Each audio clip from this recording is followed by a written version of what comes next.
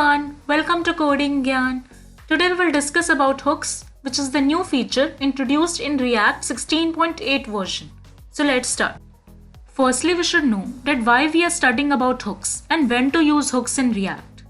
पहले जब हम फंक्शनल कंपोनेंट लिखते थे और उसके अंदर स्टेट को ऐड करना होता था, तो हम फंक्शनल कंपोनेंट को क्लास कंपोनेंट में कन्वर्ट कर देते थे और आराम से स्टेट को ऐड कर पाते थे.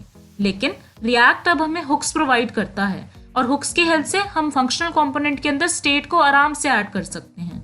एंड मोर ओवर हमें हुक्स के रूल्स भी कुछ पता होने चाहिए. हम हुक्स को लूप्स या कंडीशंस या नेस्टेड फंक्शंस के अंदर कॉल नहीं कर सकते हैं. Hooks should always be called at the top level of the React functions. And moreover second rule ये है कि हम हुक्स को हमेशा फंक्शनल कंपोनेंट्स के अंदर ही कॉल कर सकते हैं, क्लास कंपोनेंट्स के अंदर नहीं. अब इसको इम्प्लीमेंट करके अच्छे से सीखते हैं इसके बारे में. Before implementing hooks we should know about some prerequisites. सबसे पहले तो कंडीशन ये है कि रिएक्ट का जो वर्जन है वो 16.8 या अबव होना चाहिए. जैसे कि यहाँ पर package.json फाइल खुली हुई है और आप देख सकते हैं डिपेंडेंसीज के अंदर कि रिएक्ट का वर्जन है यहाँ पर 16.13.1. एंड मोर ओवर अगर आपको हुक्स का यूज करना है रिएक्ट के अंदर तो रिएक्ट और react-dom दोनों इंस्टॉल्ड होने चाहिए. और यहाँ पर आप दोनों के वर्जन्स भी देख सकते हैं और दोनों यहाँ पर इंस्टॉल्ड हैं. एंड मोर ओवर नोड का जो वर्जन है वो 6 या अबव होना चाहिए एंड npm का वर्जन 5.2 और above. Hooks in React allow the functional component to get the features which were earlier available in class-based components, thus making functional components more powerful. अब हम हुक स्टेट के बारे में पढ़ेंगे जो कि एक नया तरीका है स्टेट को डिक्लेयर करने का इन React.js. And hooks uses use state, which is a functional component, for retrieving and adding the state in React.js. यहाँ पर मैंने एक फंक्शनल कंपोनेंट ऑलरेडी क्रिएट कर रखा है एज नाम का, जिसके अंदर यूज स्टेट को ऑलरेडी इंपोर्ट कर रखा है. अब रिटर्न से पहले मैं क्या करूंगी, यहाँ मैंने एक एरे डिक्लेयर करा जिसके अंदर मैंने यहाँ दो वैल्यूज दे रही हूँ. सबसे पहली मेरी वैल्यू है एज है और दूसरा है मेरा एक फंक्शन जिससे कि मैं इस वैल्यू को अपडेट करूंगी सेट एज और उसको यहां पर इक्वल रख दिया यूज स्टेट. ब्रैकेट के अंदर वैल्यू दे दी 25. अब सोच रहे होगे मैंने यहां पर क्या करा है. यूज स्टेट जो कि एक फंक्शनल कंपोनेंट है वो हमें एक एरे प्रोवाइड करता है विद 2 एलिमेंट्स. सबसे पहली होती है करंट वैल्यू और जो सेकेंड होता है वो होता है फंक्शन जिससे कि हम अपडेट कर सकें उस वैल्यू को. और यहाँ पर ये क्या है, इनिशियल वैल्यू है, इनिशियल स्टेट है मेरा यहाँ पर ये 25.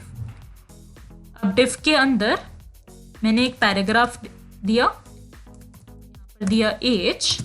मुझे क्या करना है, इस वैल्यू को यहाँ पर एक्सेस करना है. सो JSX के अंदर हम क्या करेंगे, कर्ली ब्रेसेस दिए और यहाँ पर एज लिख दिया. इसके बाद एक बटन मैं क्रिएट करूंगी जिसके क्लिक होने पर हम यहाँ पर एज को अपडेट करेंगे. Button on click. अगर आपको ये नहीं पता कि ऑन क्लिक क्या होता है तो इवेंट हैंडलिंग की वीडियो आप देख सकते हो जो कि मैंने ऑलरेडी क्रिएट करी हुई है. ऑन क्लिक एट्रीब्यूट दिया और उसके बाद एक एरो फंक्शन यहां पर पास करा सेट एज. अब मैं यहाँ पर बटन के अंदर ही यहाँ पर इसको पास कर रही हूँ. आप यहाँ पर रिटर्न से पहले भी सेट एज नाम के फंक्शन को डिक्लेयर कर सकते हो.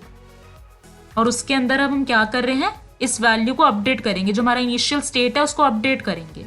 तो यहाँ मैंने करंट वैल्यू को अपडेट कर दिया बाय 1 एज +1 और यहाँ पर बटन को नाम दे दिया इंक्रीज एज.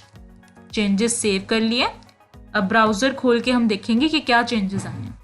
यहाँ पर तो कुछ भी शो नहीं हो रहा है क्योंकि इसको एक्सपोर्ट तो कर दिया एज कंपोनेंट को, बट index.js के अंदर इंपोर्ट भी तो करना होगा ना. सो यहाँ पर ऊपर ऑटो इंपोर्ट हो गया.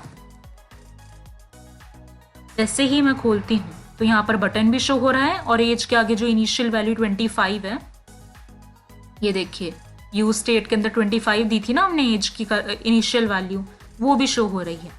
इंक्रीज एज बटन पर क्लिक करने पर बाय +1 इंक्रीज होनी स्टार्ट हो गई वैल्यू क्योंकि हमने सेट एज के अंदर एज +1 करा था. अब मैं +2 भी कर सकती हूँ. +2 ये देखिए यहाँ पर एज बढ़ रही है. वैसे ही आप डिक्रीज भी कर सकते हो. अगर मैं -2 कर दूं ये देखिए, होप सो आपको समझ में आ गया होगा कि कैसे हम यूज स्टेट को यूज करते हैं। अब हम सीखेंगे कि हम यूज स्टेट को विद प्रीवियस स्टेट कैसे यूज कर सकते हैं। अभी आपको समझ नहीं आ रहा होगा, उसको समझाने के लिए ही मैं यहाँ पर एक बटन क्रिएट करूंगी और फिर से ऑन क्लिक एट्रीब्यूट दूंगी जैसे पहले दिया था, और यहाँ पर एक फंक्शन पास करेंगे हम इंक्रीज 5।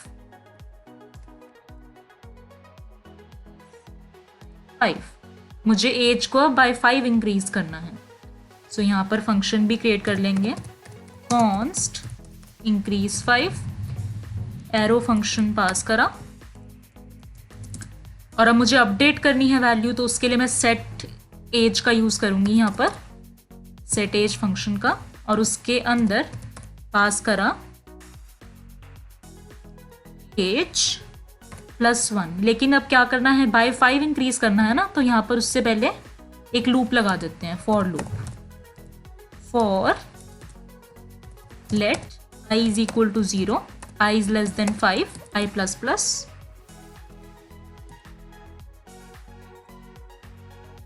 save the changes। अब मैं इंक्रीज बाय 5 पर जैसे ही क्लिक कर रही हूँ, ये क्या हो रहा है, हमें चाहिए बाय 5, लेकिन यहाँ पर क्या हुआ, ये तो बाय 1 इंक्रीज हो रही है एज। यहाँ पर आप देख सकते हैं सेट एज के अंदर हमने एक वेरिएबल पास करा है, मैंने बताया था ना ये हमारा करंट वैल्यू है, और उसको हमने बाय 1 इंक्रीज कर दिया।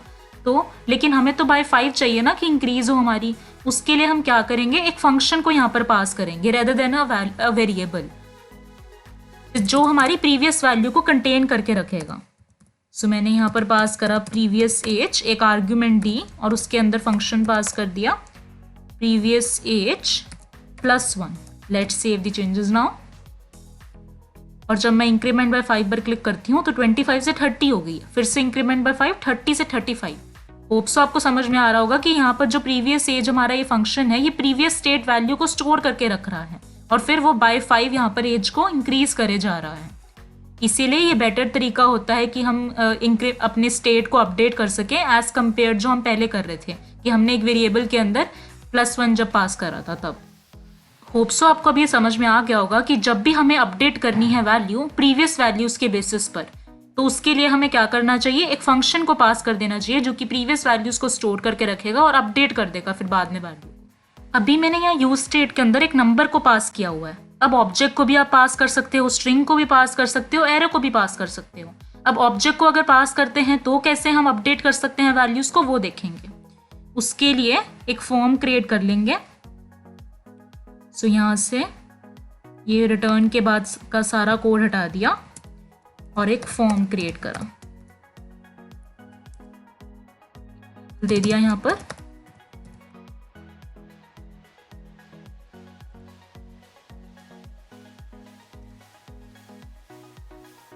यूजर नेम, इसके बाद इनपुट दिया,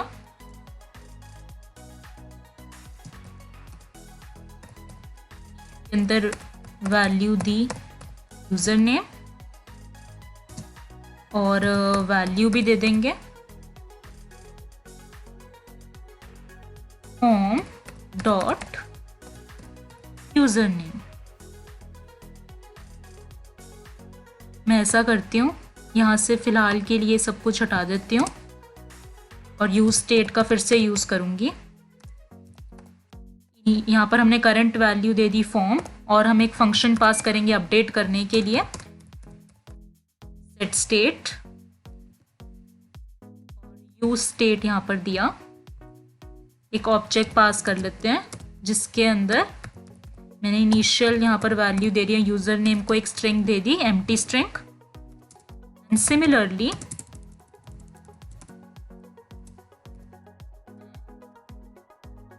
पासवर्ड को दे देती हूँ एक एम्प्टी स्ट्रिंग। अब हमें यहाँ पर यूजर नेम और पासवर्ड को एक्सेस करना है ना, इसीलिए मैंने यहाँ पर फॉर्म डॉट यूजर नेम दिया वैल्यू के अंदर। और एक इवेंट हैंडलर भी हम यूज करेंगे, ऑन चेंज एट्रीब्यूट दिया,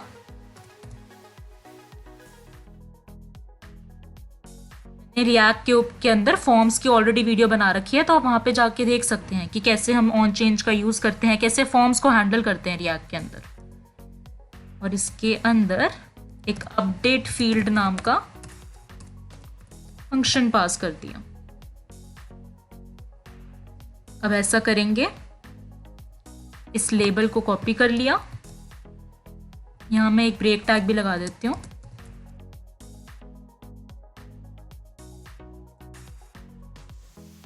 यूजर नेम के बजाय आ जाएगा यहां पर पासवर्ड। यहां पर टाइप तो दी नहीं ना हमने, type is equal to text दे दिया, पर दे दिया type is equal to password. Name के अंदर भी चेंज करेंगे, यहां पर स्पेलिंग भी गलत है, पासवर्ड। और वैल्यू के अंदर भी यहां पर आएगा फॉर्म डॉट पासवर्ड। ये देखिए यहाँ पर दे रखी है ना एम्प्टी स्ट्रिंग, उसको ही एक्सेस कर रहे हैं। और ऑन चेंज के अंदर तो अपडेट फील्ड वाला ही फंक्शन आएगा। इसको ब्रेक को कॉपी करा, यहाँ लेबल के बाद पेस्ट करा और एक सबमिट बटन क्रिएट करेंगे फॉर्म को सबमिट करने के लिए। यहाँ पर मैं एक एट्रीब्यूट भी दे दूंगी ऑन सबमिट का।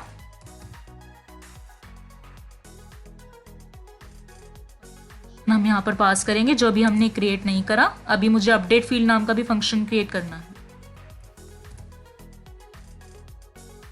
Print values. अब अपडेट फील्ड नाम का जो फंक्शन है वो क्रिएट कर लेंगे। कॉन्स्ट अपडेट फील्ड और ई एज अ आर्ग्यूमेंट पास करा।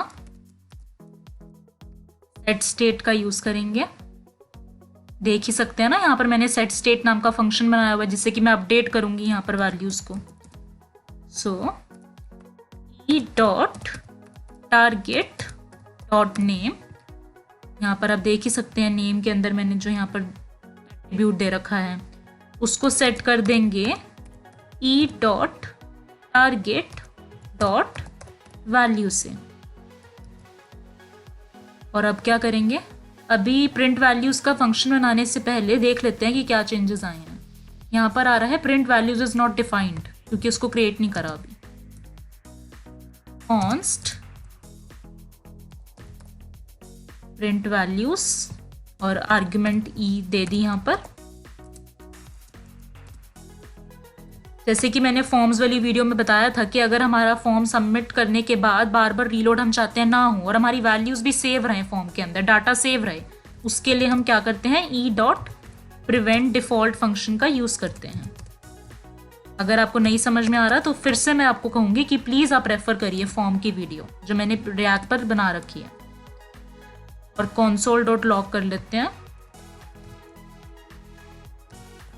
Form dot user name form dot password.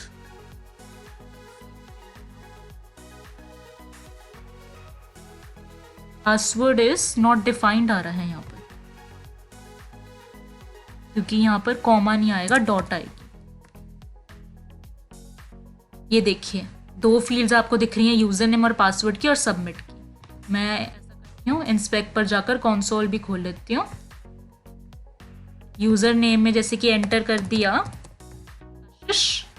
और यहाँ पर पासवर्ड कोई भी दे दिया। यहाँ पर अब ये शो इसलिए नहीं हो रहा क्योंकि मैंने input type equal to password set करा था। अब जैसे ही सबमिट करती हूँ यहाँ पर तो आप देख सकते हैं यहाँ पर मैंने console डॉट लॉग के अंदर क्या करा था, फॉर्म डॉट यूजर नेम और फॉर्म डॉट पासवर्ड, जो कि यहाँ पर शो भी हो रहा है ना। अगर आप ध्यान से देखेंगे तो यहाँ पर यूजर नेम के लिए मैंने कशिश एंटर करा था, बट ये अनडिफाइंड शो कर रहा है एंड नो डाउट पासवर्ड को तो ये शो कर रहा है। तो यहाँ पर क्या मिस्टेक है ऐसी कि हमें यूजर नेम शो नहीं हो रहा है? वो इसीलिए नहीं शो हो रहा कि अगर मैं सेट स्टेट के अंदर यहाँ पर स्प्रेड ऑपरेटर पास करती हूँ। स्प्रेड ऑपरेटर किस लिए यूज होता है, प्रीवियस वैल्यूज को अगर हमें लेके आना है उसके लिए कि हम प्रीवियस जो वैल्यू है यहाँ पर किसकी, फॉर्म की, उसको एक न्यू एरे के अंदर कॉपी करना चाहते हैं, उसके लिए स्प्रेड ऑपरेटर का यूज़ करते हैं। और यहाँ पर मैंने फॉर्म पास कर दिया। अब टेंशन मत लो, मैं स्प्रेड ऑपरेटर के ऊपर भी एक वीडियो बना दूंगी जिससे कि आपको अच्छे से समझ में आ जाएगा। और अब अगर मैं सेव करती हूँ चेंजेस को और यहाँ पर एंटर करती हूँ कशिश और पासवर्ड भी एंटर करूँगी और अब सबमिट करा, तो ये देखिए यूज़र नेम भी शो हो गया और पासवर्ड भी शो हो गया। सो इसीलिए स्प्रेड ऑपरेटर काफ़ी एसेंशियल होता है। जब मैंने यहाँ पर नहीं लगाया था स्प्रेड ऑपरेटर और पुरानी जो फॉर्म की वैल्यूज़ है उनको यहाँ पर न्यू एरे के अंदर कॉपी नहीं करा था, तो मुझे यूज़र नेम शो ही नहीं हो रहा था, वो अनडिफाइंड आ रहा था।